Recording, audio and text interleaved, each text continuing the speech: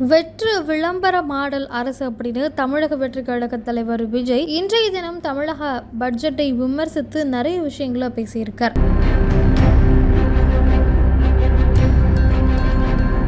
மக்களை பத்தி கவலைப்படாம தேர்தல் வாக்குறுதிகளை காத்துல பறக்க விட்டு வெற்று காகிதத்தால பட்டம் விடும் பாசாங்க வேலை தான் இந்த பட்ஜெட் அப்படின்னு ரொம்பவே பகிரங்கமாக விமர்சித்திருக்கிறார். தமிழக அரசு 2025 மற்றும் 2026 ஆண்டிற்கான முழுநீள பட்ஜெட்டை இன்றைய தினம் தமிழகத்தினுடைய நிதி அமைச்சர் தங்கம் தென்னரசு அவர்கள் இன்று சட்டப்பேரவையில் நிதிநிலை அறிக்கையை சமர்ப்பித்திருந்தார்கள். இந்த பட்ஜெட்டில் பெண்களுக்கான உதவித்தொகை, அவர்களுடைய பாதுகாப்பு, அதே போல முதியவர்களுக்கான அன்பு சோலை திட்டம் உள்ளிட்ட பல்வேறு துறைகளை உள்ளடக்கிய தோழி விடுதிகளாக இருக்கட்டும், தொடர்ந்து ஆசிரியர்களுக்கு, அதே போல பள்ளி கல்வி மற்றும் உயர்கல்வித்துறையை ஊக்குவிப்பதற்கு 46,000 கோடி ஒதுக்கப்பட்டிருக்கிறது. இதே போல ஒவ்வொரு துறைக்கும் தொடர்ந்து பல்வேறு திட்டங்கள் இன்று அறிமுகம் செய்யப்பட்டிருந்தது. காலையிலிருந்தே இந்த தமிழக அரசினுடைய பட்ஜெட்டுக்கு வரவேற்பும் விமர்சனங்களும் தொடர்ந்து கிடைக்கப்பட்டு வருகிறது. அந்த வகையில் தமிழக வெற்றி கழக தலைவர் விஜய் மக்களை பத்தி கவலைப்படாம தேர்தல் வாக்குறுதிகளை காற்றில் பறக்க விட்டு வெற்று காகிதத்தால பட்டம் விடும் பாசாங்க வேலை தான் இந்த பட்ஜெட் அப்படின்னு ரொம்பவே காரசாரமா விமர்சிச்சிருக்கார்.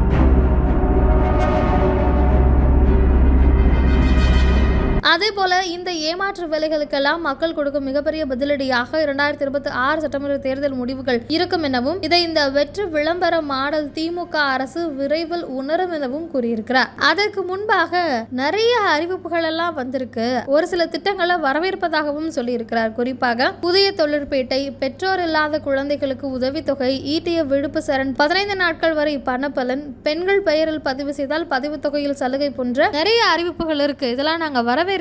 ஆனா அறிவிப்புகள் எல்லாமே நடைமுறைக்கு வருமா அப்படிங்கிற ஒரு பலமான கேள்வி எழுது. காரணம், இந்த விளம்பர மாடல் அரசுடைய கடந்த கால அறிவிப்புகள் எல்லாமே வெற்று விளம்பர அறிவிப்பாகத்தான் இருந்தது அப்படிங்கறத ரொம்பவே காரசாரமா சொல்லியிருக்கிறாரு.